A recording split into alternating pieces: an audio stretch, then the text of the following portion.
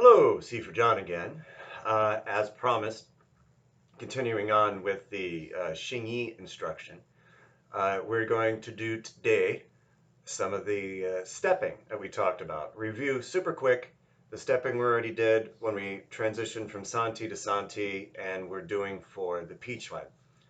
The next ones we're going to do, I'm going to do, it's either like a shuffle step or also called worm walking. And the idea is, you got to get the worms flat. It comes up and bunches up and out, up and out. And that's sort of the pattern with it. So you can kind of use either one on those ideas. But so first, just sort of the straight through kind of thrust stepping, and then getting into the other steppings with it. A couple notes.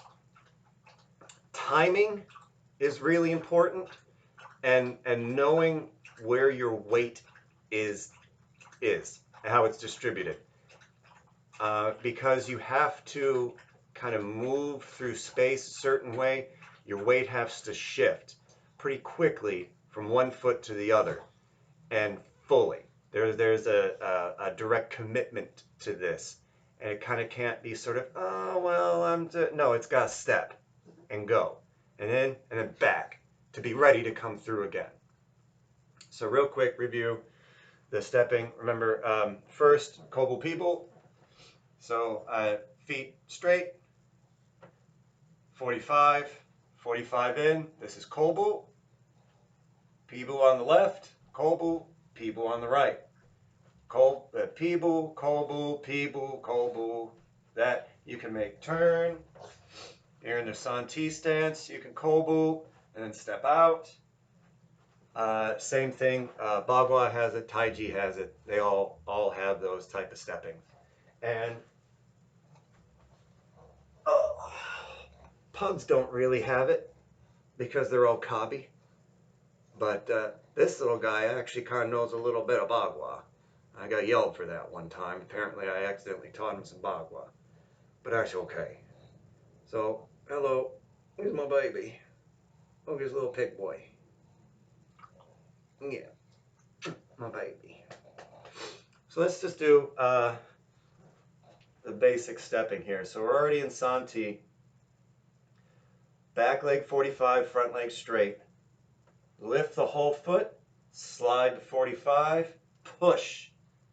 This leg comes up, step through. It actually comes in past the heel and straight. If you look straight on, there's about an inch,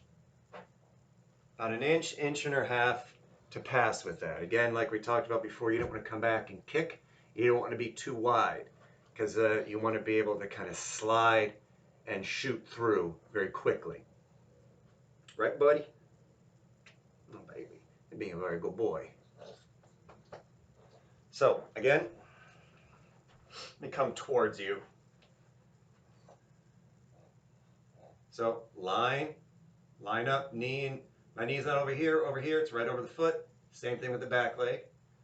Slide out and step through. This leg's empty. I can move it again without having to shift. Toe out, push, step through. Toe out, push, step through. So that's the basic stepping with the moving from Santi to Santi and with the peach one. Most of the rest of them are going to use these shuffle step in some manner or another, either straight through or working on angles and sort of triangulating. We'll do both today. Okay, buddy? Oh, look how precious, perfect he is. Look at that baby. Put you down, pumpkin. Yeah, good boy. Good boy. Oh. I'm going to cuddle the hell out of him here in a moment. Fuzzes.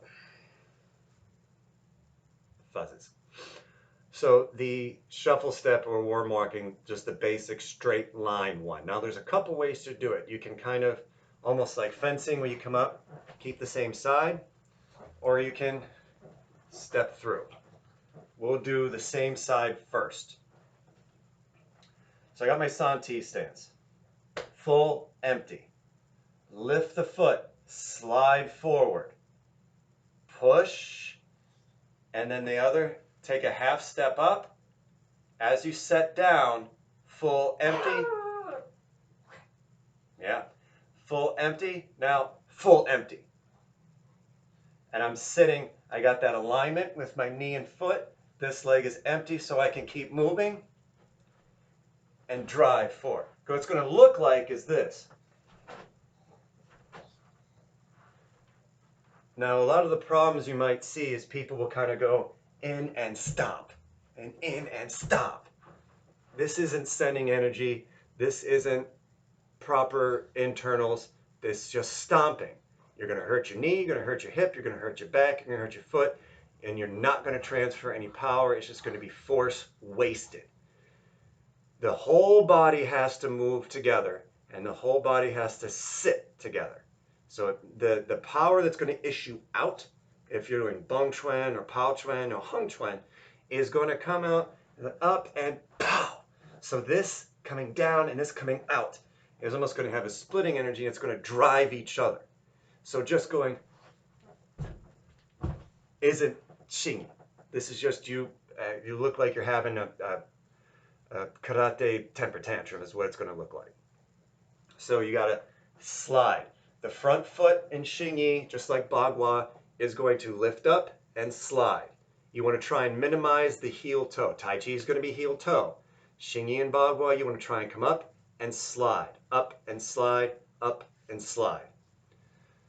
So we have it where when we get into some of the Bagua stepping and stuff too, I'll talk about scissor stepping, and the feet kind of, do this as you go, which is kind of where I was talking about with here. It's so, scissors, they don't, if they cross each other, you can't use the scissors, but they will do that. That's kind of what you want with your heels and ankles. So the scissor stepping itself is kind of going to go, and to you, so you see it. See, I'm keeping each foot kind of in its own lane, but instead of the lanes being separated by a big berm, it's just that little yellow thing or white line separating them. So you want this sort of line up with it, and even as we go on diagonals, we're still going to have that with the feet. Excuse me. So we have lift, slide, push, up, and back. So this is empty now. So I can 1, 2, 3. 1, 2, 3. 1, 2, 3. And the other side, 1, 2, 3. 1, 2, 3. Empty. 1, 2, 3. So I'm bam on there. So that's, and it's kind of hard looking here to make sure I was in the shot, but again, try and keep the head level. So if I use the kind of, try and get the edge of the screen here, so I'm kind of riding that line, keeping the knees bent the whole time. So I'm not, or anything like that. It's still, so that back leg is like a coiled spring. When you go in it, it has all that kinetic energy, and when you come up, it and then comes back down again. But there's still a certain amount of time under tension with it the whole time, so keep the knees bent. You want to keep a little bit of that time under tension with it, or it's almost sort of like you blow out a bunch of the energy that you have in. I'll say it's a Tai Chi, so if you're doing like, brush knee, and you have this hand here, it doesn't all of a sudden just deaden out. Because first of all, this has all sorts of purposes to it, but now all of a sudden you get part of your body deaden out. It's like you're trying to fill up a bathtub, but you keep pulling the plug on it a bunch of times, and then you wonder why it takes you half an hour to fill a bathtub up. So it's the same thing with the legs with this. In Taiji too, and Bagua, keep the knees bent as you go. You don't have to get super crazy low with it, even if you're just playing light, injured, um, still garnering strength in the thing. Anything else like that, you're just kind of playing for fitness and the Qigong and the meditative. Okay, but keep the knees bent with this. Keep the knees bent and keep those alignments. The knee, the foot, and the hip, all those should be lined up. As you bend, as I bend here, my knee is right over my foot. My hip is right over my heel. If I go too far in or too far out, what happens is that the weight doesn't get distributed through the legs, through the foot, and into the ground. So the ground doesn't support your weight. Your knee supports your weight, or your hip supports your weight. And what will happen is that over time, that will start grinding down. And, it'll get worn out, injury, stuff like that. Not only that, the proper application of the internal principles, whether it's the Qigong, whether it's the martial or anything else like that, won't be able to happen because your body won't be lined up. It's almost, if you think of the meridians and the blood vessels like a bunch of hoses, if the alignments are off, then those hoses get probably like kinked in some fashion or another. And if we're talking about traditional Chinese medicine, a lot of the sickness and injury and things like that come from blocked energy. So instead of helping open up the things you're trying to open up and have clear movement and clear everything, you're exacerbating whatever issues you have or creating new ones because you're creating those kinks and you're creating those blocks in the legs. And even further up, because the body's a chain. If something's messed up down here, it'll go up here, and sometimes stuff up here will work down there. I thought I had bad knees for the longest time. It turns out, no, it was just a signal from the growing damage in my back, and it was affecting my knees, things like that. So, okay, shuffle step. Weight back, lift, slide, push, up, half step, same angle, same 45, and sink. And up, slide, push, half step, and sink. Pushing the weight through the heel. Up, slide, up, back. One more this way, up, slide, up, back. Now you can kobu, turn, slide, push, up, back. Lift and slide. Up and back. 1, 2, 3, and 4. And 1, 2, 3, and 4. So I'm not leaning, torso, still one unit, shoulders over the hips, all that good stuff we talked about before. One more.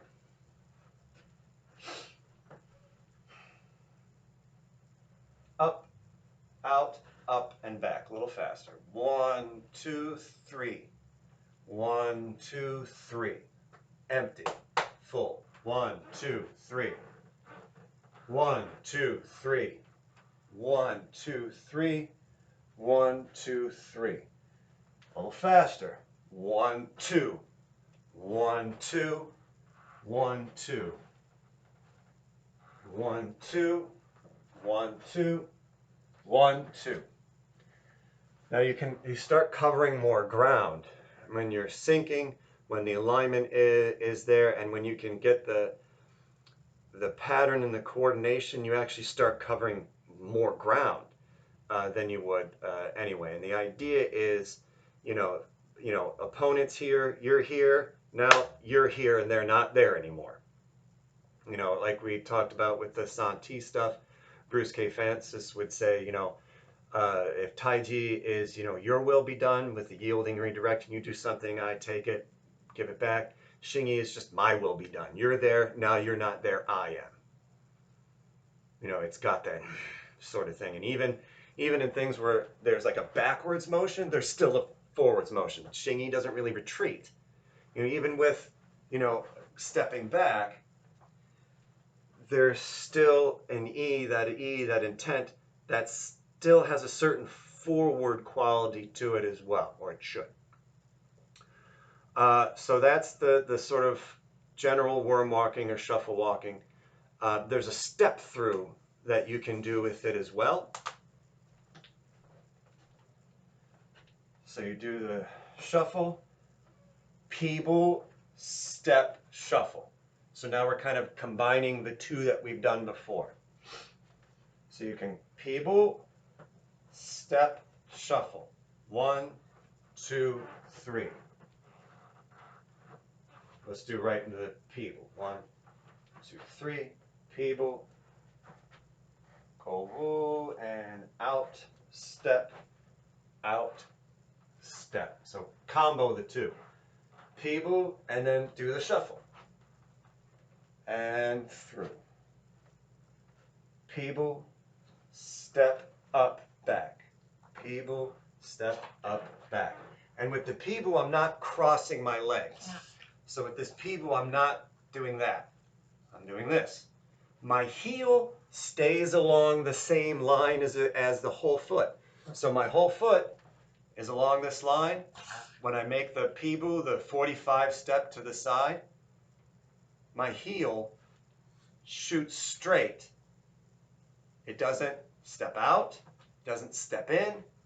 My heel stays along the same road, the same route as the leg was on before. So you cross, you start bunching up, you come out too wide, and it's harder to get the weight to blow through the way that Xingyi is made to do. There are even places in Taiji, like for Yang style, for example, we've got where, we do brush knee, and there's either, hand strum the lute, or, brush knee into needle at C bottom. But what's this?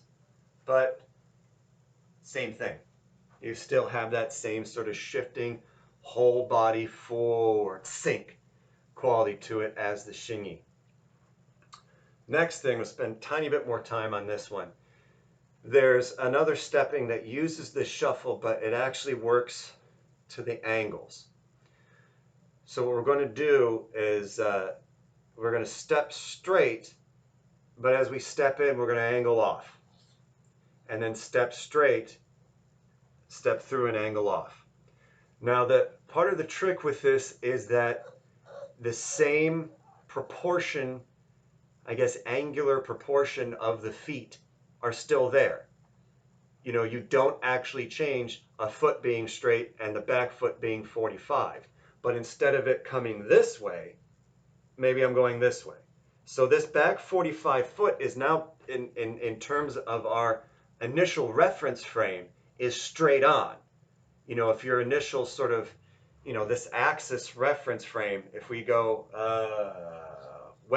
east to west, no, west to east, sorry, this is west to east, if that's my initial reference frame that my lead foot is on, what's going to happen is now it's going to basically do this. So the back foot is going to be aligned to that axis, and the front foot is going to be off to those sort of secondary instead of cardinal directions. But the internal reference frame of yourself, of your own foot, of your own body structure is going to be exactly the same. You still are going to have the same alignment with your legs and your feet and your back and your shoulders and your hips and all that other stuff too. It's just now where you're positioned in space has shifted because you want to train the triangulation. So in other words, you're fighting someone here, you always just going right here isn't always good. You kind of got to get angles. Got to get the angles on that. Come around. And this is helping teach that as well. So you can, we have Pao Chuan. So maybe, someone throws that fist here, boom, boom. Get them under here off to the side where they're not protecting themselves, maybe, something like that. So it's helping work angles. But the reference frame for you is the same. It's just in space you're shifted 45 degrees. So we have here, I'm going to step straight. As I come up, shuffle step to the corner. Same thing. So this foot is straight to me, for me, but it's to this corner of my initial sort of east-west axis. But this foot is still along that east-west axis. My reference frame, same. 45 on the back, straight forward. They're in reference to the room around me, instead of east-west, I'm southeast. But I step straight, and I come up, step out to the corner, and complete the rest of the shuffle step. Step straight, come in, shuffle step to the corner. I'm at the corner, I step straight to the west, I'm coming in, southwest, but still to me, straight 45. To the room, southwest, west. Straight, in, shuffle step to the corner. 1, 2, 3, 4. 1, 2, 3, 4. 1, 2, 3, 4. 1, 2, 3, 4. Watch my toes. I'm trying to keep it. It's a little hard on the carpet and my sneakers, but trying to stay away from lifting the toes more than necessary to clear the space. So step straight and in, slide and up. 1 and 2, 3 and 4. 1, stepping straight, up and out. And 1, straight and out. Straight and out. Straight and out. Straight and out, and straight and out, straight and out, straight and out. 1 and 2, 3. 1, 2, 3. 1, 2, 3. 1, 2, 3, and 1, 2, and 3. Oh, out of frame. So, without having actual people here to go and tweak and adjust and do all that other stuff, that's it for those basic sort of steps for Tai Chi. We did the basic, Peach Wen with the thrusting, and the sort of Pibu step, and then stepping out, Pibu step, stepping out. We did the shuffle step worm walking, the step through shuffle step, and then did the shuffle step to the corners. And that, for all intents and purposes, those are the basic sort of stepping. There's a couple things, especially in the animals, that will do different stuff. Bear and eagle will do a little bit differently, as well tuo, which is like a water monitor, or crocodile, or eel, or water lizard, depending upon the translation of it. That one's actually it's different than that. Most of the rest of them, most of the animals, in some fashion or another, will have that. Swallow's a little bit different. Chicken's different. Well, I keep on adding more of the animals that are different. Handful of the animals are pretty much dead on the same. That's basically it for the 5-element fists and the stepping for that. So like, share, subscribe, and all that good stuff. If that little bell thingy's still there, there's always that for letting you know if and or when I ever get bothered by doing this consistently.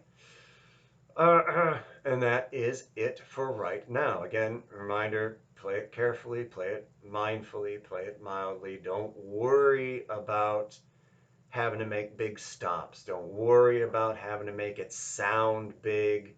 Or if you watch any other Xingyi stuff and people are like, you know, boom, boom, boom, boom.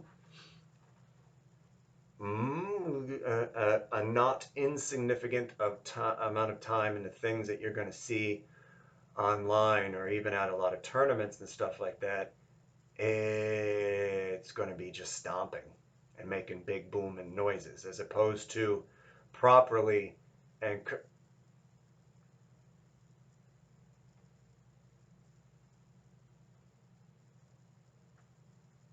she disappeared. Oh no, there she is. Properly and correctly making the steps, using the whole body and sending energy, the fodging, the explosive energy, the whole body coordinated, relaxed power, not force, but power at one time. That's going to be more rare than someone just pounding the floor and making big noises. So use a certain discernment if you're looking up other Xingyi things or if you've got other instructors or teachers and, you know, for you, do this for you and make it correct for you. And make it as correct and close to perfect as you can make it, and over time it will get easier and more coordinated. You'll think about it less, but again, it's proper preparation preventing poor performance instead of just, well, I'm just going to do this a bunch of times and everything. You got to kind of go back and look and correct.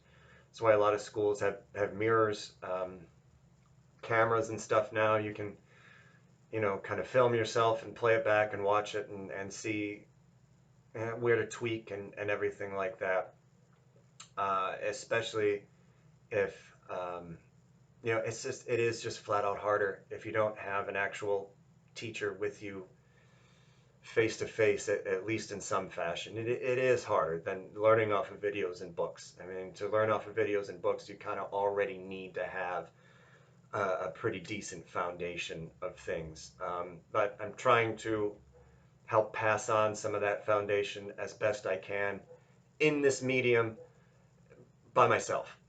If I had other people here, that might lead a discussion. It might be able to, they might do some things, or I'll have them do stuff, or they might just do it that other people have done or I've seen, or people might have questions over, and then we can kind of tweak and show and bounce those perspectives around. But right now, by myself, is best I can do with it. So I hope it helps, and good hunting.